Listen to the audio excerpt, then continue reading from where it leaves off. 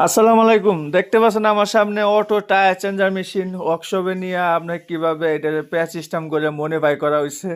কোন মডিফাই করলে কোনো সময় মেশিন ভালো আগের মতো চালাতে পারবেন না। আপনারা কখনো এই টাইপের মেশিন আপনাদের ঘরে থাকে তাহলে কখনো মডিফাই করবেন না, কারণ এটার কিছু পাশপাতি লাগায় আগে অরিজিনাল জিনিস সেট আপটা ওইভাবেই রাখার চেষ্টা করবেন, কারণ অরিজিনাল জিনিসটি একবার হারায় গেলে ওই জিনিসটা আর পাওয়া যায় না। আর আপনারা চেষ্টা করবেন অরিজিনাল রাখার জন্য।